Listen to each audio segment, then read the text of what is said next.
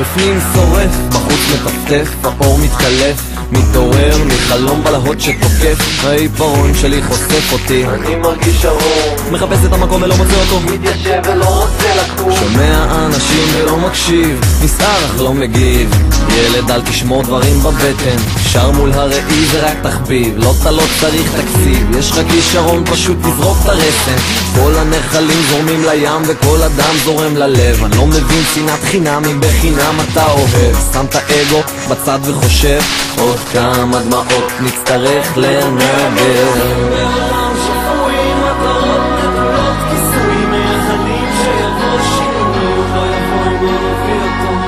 מחכים לימים טובים, ילדים מוגנים. בעולם שפוי מטרות נטולות כיסוי, מייחלים שיבוא שינוי, לא יבוא אם לא נביא אותו,